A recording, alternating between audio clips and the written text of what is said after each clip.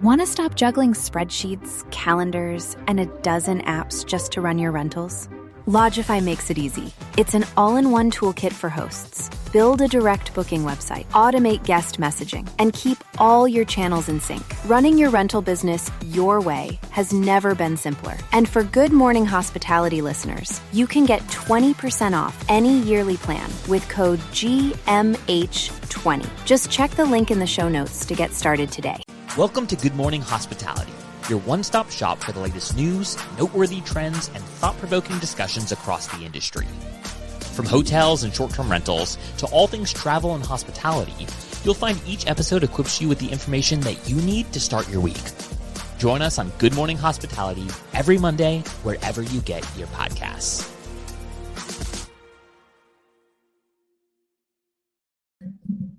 Good morning. Good morning, ladies and gentlemen. How are we doing? Hello. Doing great. Doing great. Happy Monday. Dang it.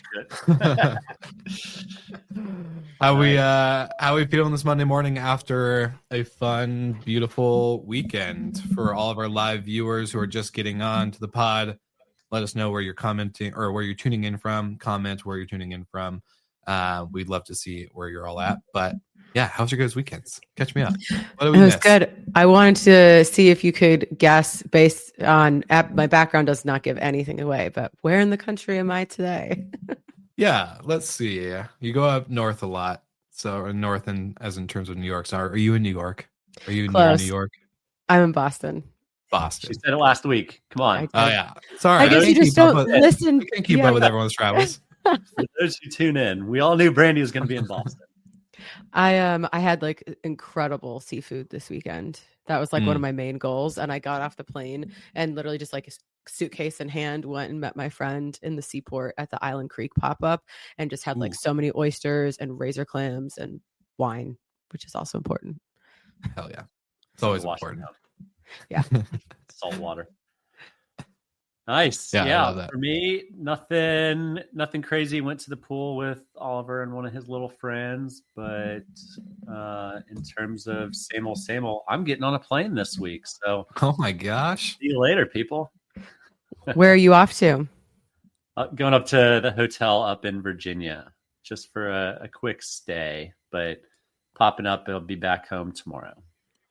Nice, quick work trip. Making sure all the check-ins are done. In and out, check some boxes, shake some hands, kiss some babies, show face. That's the way you gotta do it, man. We just gotta show face every now and then. Just gotta kiss some babies, shake some hands. Well, very cool. Very cool. Hopefully you have a safe trip. How long are you gone for? Just one day? Just the one night. 24 hours on the ground. That's about nice. I'm on the same flight out as I am on the way in. So that's as much as Kristen allotted for, right? She was like, you get one day. That's it. One day of travel. Yeah, I usually try and squeak 2 in, but yeah, this popped up last minute. So just, try to make it quick and painless for everybody. But it'll be good. Yeah, we've got a 22 key hotel up in Virginia, so it's been doing great. Pulled some metrics on it. We talk about with Jamie a lot on booking windows. Our booking window is 12 days, 12.2 days. Nice. So yeah, pretty tight. Pretty tight. I love it. That's funny. That's really funny. Well, yeah. What about you, Will? What about your weekend? Oh, just spending as much time up in the mountains as possible. Show us the pictures. Show us the pictures. Oh, yeah. Well, I queued up some pictures for our live viewers who watch. But I went up to Crested Butte this weekend. My friend Taylor Hills, who owns Effortless Rental Group out here in Colorado, pinged me Thursday evening, was like, yo, come up to Crested Butte. Let's go on and do a cool hike. So got to do a hike, paddleboarded, connected with nature, just connected from my phone. Had some well and good morning coffee every morning. It was a good time. Yeah. Vibes were high. Looked AI driven, but this one. Yeah. No, this was straight up on my phone. No edits, no filters, just straight up click, put back in my pocket. All right. Beautiful time. I think we missed the daisies and like the actual bloom by like 5 or 6 days. So it would have been way prettier, but we still got some. It was nice. But we had outside of a busy weekend for the three of us, we had a light news cycle, I would say. So yes, there's a lot of travel news, which there's going to be some stuff that we'll want to cover in the next coming weeks as more is developed. But the three of us saw this report last week come out on Friday from Skift Research called The State of Travel. And it's for all of 2025 as we are halfway through or a little over halfway through the year. And we decided, hey, since there's a little bit of a light news cycle, we would love to cover our favorite slides and trends or just pieces of information from this that we thought was insightful, or just something that we connected with. And it's almost a 250-page report. So it's like one of those bills that Congress passes. Huge. We didn't read it all. Well, I can confidently say I didn't read it all. I did scan through probably hundreds of pages that were interesting or important, and we all picked out a couple of ones that we thought were interesting. Some tie into topics we've talked about on the show, some don't. We've done some of the work for you, but go check out the report. Doesn't matter which segment of hospitality you're in. Skift covers it all, and I'm sure there's something in there that's important to your business. Yeah, I was going to say, for all of our short-term rental people, this is great for you to get out of your echo chamber, as we see some people post on LinkedIn, and to experience what's going on beyond that small world. Sorry if that makes people upset. Yeah. But anyways, so let's jump in. I think it's, without further ado, we should just go with Michael, who was so excited about doing this report. So let's jump in. I do love big data reports because it is important to see what's outside of just your bubble and see how broader booking trends and travel trends are playing out. One thing that we've talked about on the show a few times is diversifying OTAs and how credit cards are now becoming better and better distribution channels. And the data, in fact, supports that. So Chase Travel is the largest gainer over the past 5 years or so. I think, again, credit cards with loyalty and points. I might be making this up, but I feel like I read this in the report that something like 70% of people use their credit card points for travel and not other things. So it makes sense why that's such a big channel and growing. But between Chase and Amex's multiple business lines, their travel and then their groups, credit card companies account for about 13% of gross bookings and total market share, which is staggering. That's a huge amount. Now, Amex's group business travel is a chunk of that, probably about half of it. But the credit card companies are forces to be reckoned with within the space. So if you're not starting to think about how to get listed on Chase or on Amex, then do it. Excuse me. Yeah, and it can be tricky. I mean, for like a couple of years, we were trying to figure out, because the systems don't all seamlessly work together. And we had experience we were trying to get on American Airlines hotels, and that's done through Agoda. And it was just like a ghost ship over there. So if anyone from Agoda is listening, like there's just like, they're like, yes, we connect to that, but like, you kind of have to figure it out. And like it's interesting. The companies also have to have, like, whoever they're connecting to you with, they have to continue to nurture those partnerships, because if you want to have robust distribution, you have to actually like have the infrastructure to do that. Yeah. I was going to say, after meeting some people on the credit card side of the industry earlier last year, a lot more this year, I've noticed with them that they're very, I wouldn't say picky, but they're pretty corporate. So obviously having the processes down, having the inventory nailed down before they even start listing any homes or hotels, right? Like they know exactly what they're going after. Obviously, there's a lot of things that go undiscovered, right? They're not going to find every brand, every home, every hotel that is perfect, and they're going to have to continuously add on. But they are very intentional, I would say. And they take their customers serious. The points and the usage of those points is life and death in almost some cases for their world. So it's pretty interesting to watch as it grows and scales. And you can almost throw Marriott Homes and Villas into this category because it is a points-based transaction, and it is a channel that has continuously grown for lots of operators across the country. So I think the points-based systems, the loyalty-based systems from the credit cards, and then Marriott, and I'm sure we'll see it more and more from the other flags. It's just a matter of time for those reasons, Will, that you discussed. They probably haven't joined because or gotten involved in short-term rentals specifically because of the standards and complexities with their franchise owners. But Marriott's proven it can be done, just like kind of Amex and Chase are proving it on the card side.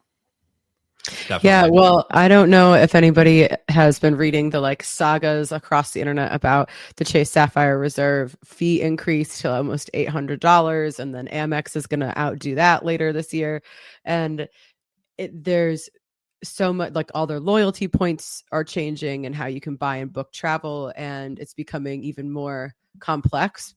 And it'll be interesting. I have the Chase Sapphire Reserve, and when I saw that, I was like, oh my God, like, am I really going to stay? But it's like, I have all these points, and if I can, if you actually use those cards, how they're designed, you can fully cover that charge. But they know they have a captive audience. So now they're doing the Netflix model. Things are going to get pricier. Right. Yeah. Well, let's be honest too. I feel like it's a lot to manage as an individual, right? If you're managing a corporate card with points and a personal card with points, if you don't do the way, Brandy, as you said, like points are meant to be done, I think of like Brian Kelly, the points guy, right? Like he's obviously mastered it, I'm sure. But just thinking of like how much upkeep that really is, it's a lot. It's a lot of work on the consumer. But then also I feel like points have lost their value. They've lost their reach in a lot of ways. So I would love to see points become more valuable over time, as obviously they're becoming such a huge channel. I would love to see, obviously they're not going to have the same value that they had a long time ago where you can get like a free room with a couple of weeks of travel or something like that. But it really does need to stretch further. I think what's the point of having 1 million points if you could barely use them on a weekend getaway with your family, right? So it's like, okay, I have 500,000 points, or I have 1 million points, but my wife is upset because I can't use them for shit. So it's like, okay, you really need to have the points start counting for more. But that's just my one opinion. I think eventually the consumer will get to the point where they'll demand that they stop changing the point system and start adding some true extended value beyond the usage. But that's just Best of luck with that. Yeah, that's my Brandy rant of the day. Speaking of Brandy rants, Brandy, which topic did you go with? Yeah, so there was a slide about our favorite word, AI. We can't go an episode without saying it. Yeah,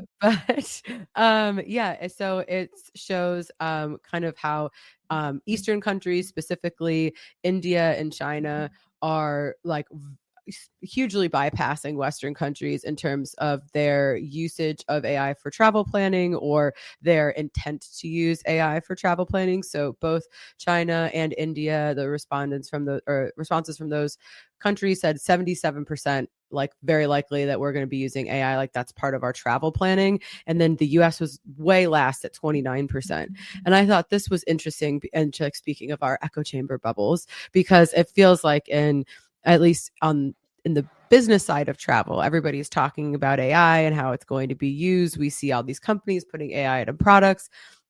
Personally, my friends that are in, like engineering, that's super huge. Everybody's using AI in their daily work life to write emails and make them sound less mean or something. You know what I mean? Like everyone, but that is just my bubble, because clearly this shows that we are so far behind in terms of like where that is in people's, like right in the forefront of people's minds. And I think travel is a really accessible and frictionless way to start using AI, because you can just, especially big family trips, you could start, help me put together the schedule, help me organize these flights, help me find the hotel or the quickest distance or whatever. And so there's this first friction point of people being apprehensive about it, like the general population, and they need to like overcome that. And certainly China and India are way ahead of us in that respect. So I'll take the contrarian view here. I get it for group travel and organizing schedules and flights and whatnot. That makes sense. But there's an old study from HomeAway some number of years ago that people enjoy the planning process as much, if not more, than the actual trip. Just the daydreaming and I can do this, or I can go here, I can eat there. And AI can just suck the fun out of the planning phase. You learn a lot through the discovery. Maybe it just automatically tells you, Will.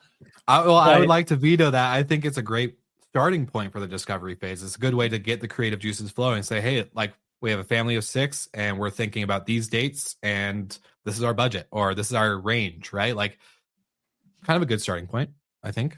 Could be creative. Have a good starting point, but there's a study or a statistic in this article as well that 80% of travelers begin their research on social media. Yeah. I don't think you're gonna supplant social media as inspiration. Like AI's innately not inspirational.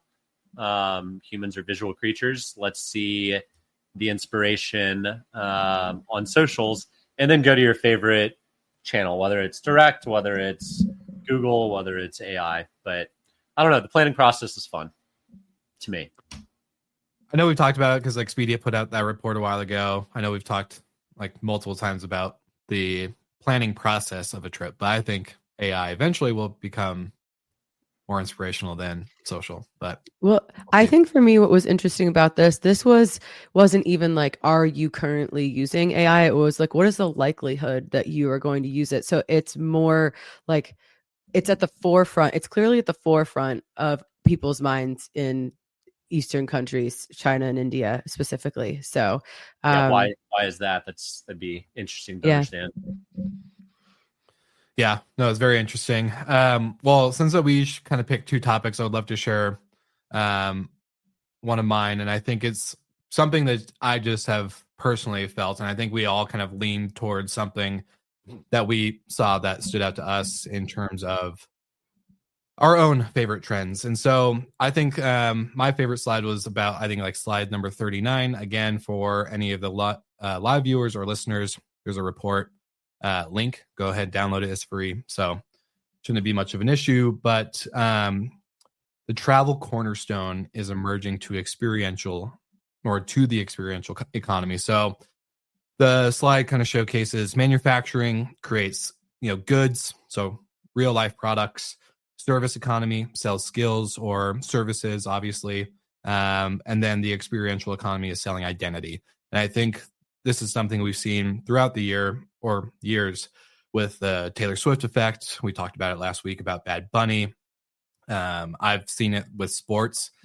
People are traveling for their favorite sport team or even just new things that they haven't done. As you could look at trail running as a big sport is becoming really popular. I see all over my feed. So the experiential travel piece is super huge, and it's actually a big driving factor for the global growth of travel. So it just remains hopeful. And I think as the kind of reason why I picked this slide or picked, the experiential economy becoming such a big important thing in the travel industry is because I think in the world that's so divided recently in the last couple of years, it's just cool to see people get connected over stuff that they love. And that can bring so many different people, different cultures and different backgrounds and different everything and kind of bring them under a one roof where they can just enjoy being fans of their favorite or their whatever. So I think for me, that was my biggest one. I love it. Go touch dirt, people. Yeah. Yep. Get outside. Disconnect from your phone. Go see your favorite show or sport or concert and artists and connect with the people around you. I see these Instagram. Yeah, seriously. I see these Instagram reels where these guys like wear like GoPros on their head or they got meta glasses or something. And it's like social anxiety is scared of this guy. And he's like talking to every stranger that walks by. He's like, oh, I love this shirt, love the shoes. Da, da, da, da, da, da. Like we need more of that in the world. We need more of that. Less being on your phone and commenting on the keyboard and commenting in real life. So the best industry to facilitate that is hospitality. So amen, baby. Amen. So that's my speech for the day. Don't over-engineer technology, you still want to put in the human touch to hospitality wherever you can. Plus, get creative. Like, really push the boundary of what your venue, your business can do in terms of experience. I think we've seen a lot. Obviously, budgets come into play, but you could do a lot with a little. So, yeah, that's my one thing. Will's been touching a lot of dirt lately, so I love it. And my next topic was family first travel. I've got kids, this relates to me. I would have been shocked if you guys selected this one.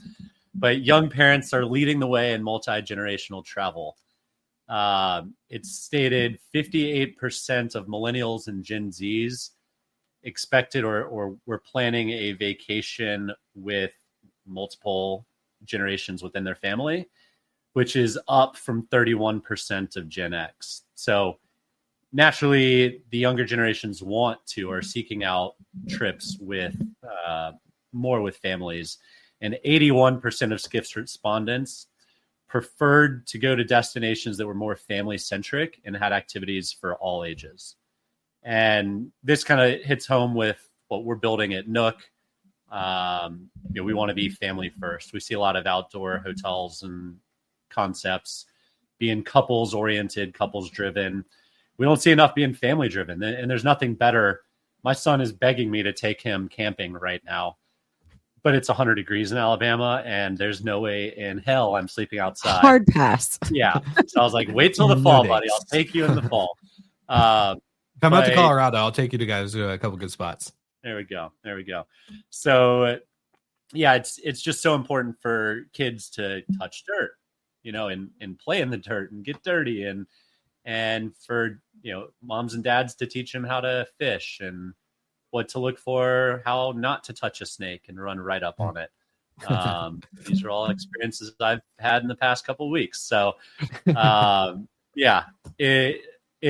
family focus, it's wild. I love seeing the data proving kind of the thesis of what we're building at Nook.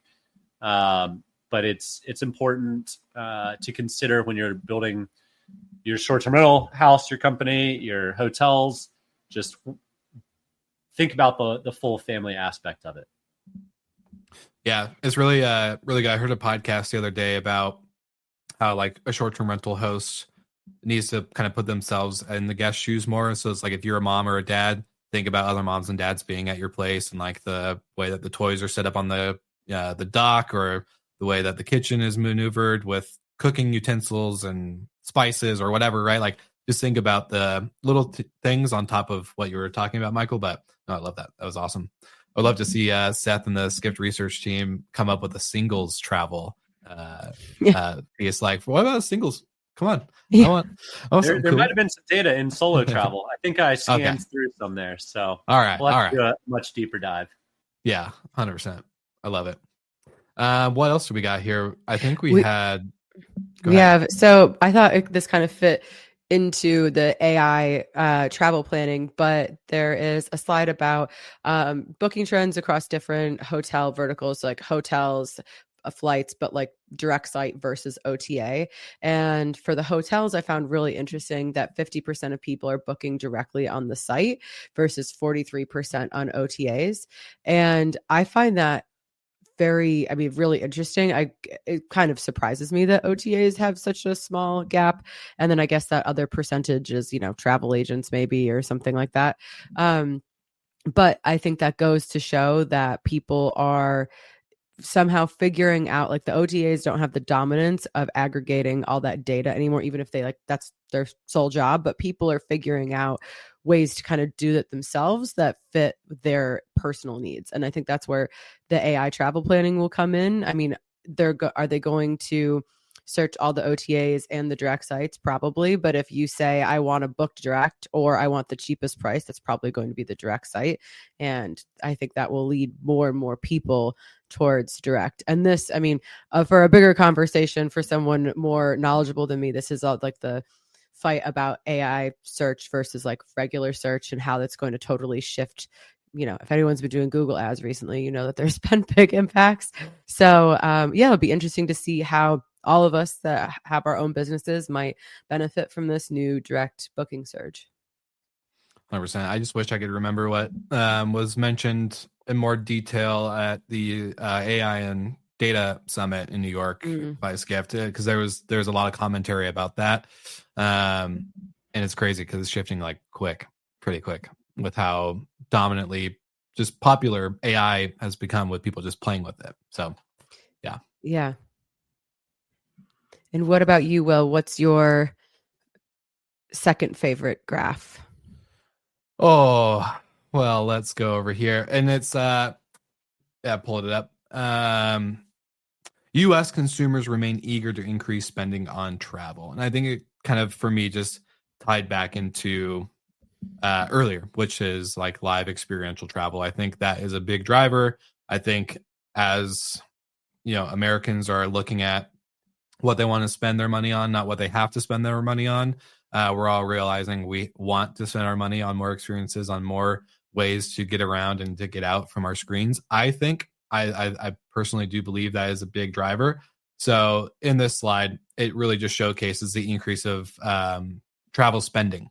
And so over the last, I would say since February, it looks like February, is when things really started to shift in terms of travel dollars being allocated or wanting to be increased. So I think that's pretty important because it's just like COVID, right? Enough time anchored down in one spot, you get a little antsy. So you want to get out and about. And I think we all look at our bills and the income we're making and taxes and all this stuff, and we realize we wish it could just go to more fun things, right? So we all had travel taken away from us 5 years ago, right? It hadn't even been that long. So I think we all learned the importance of travel and social activities. Both your points, Will, are perfect microcosms of what was taken away from us in COVID, and how important it is to get out and experience new things and travel. And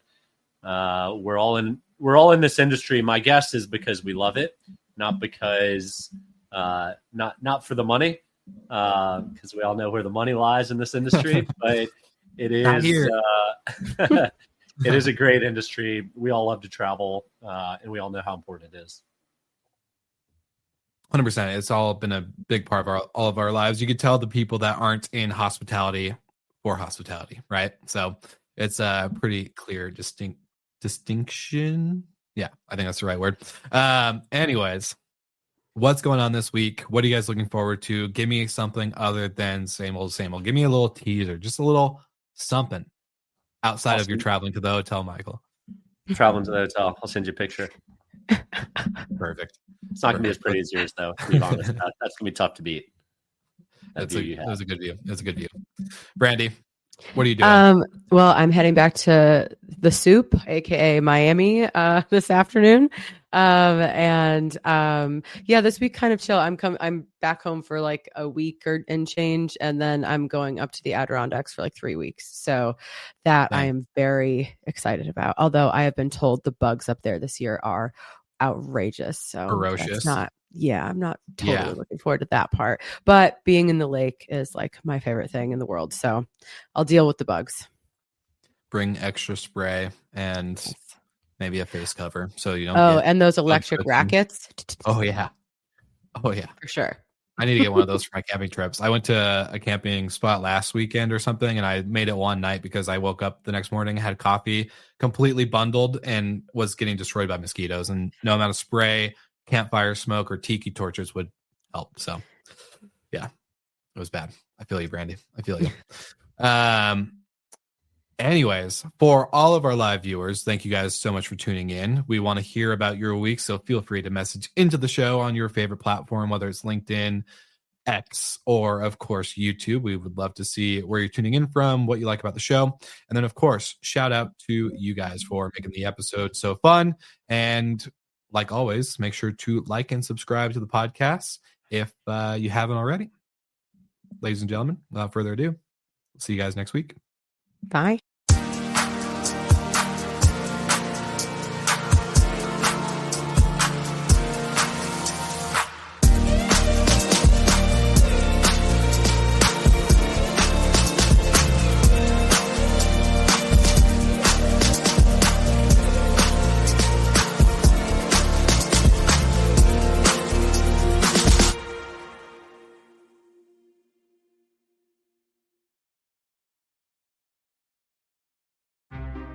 Want to stop juggling spreadsheets, calendars, and a dozen apps just to run your rentals?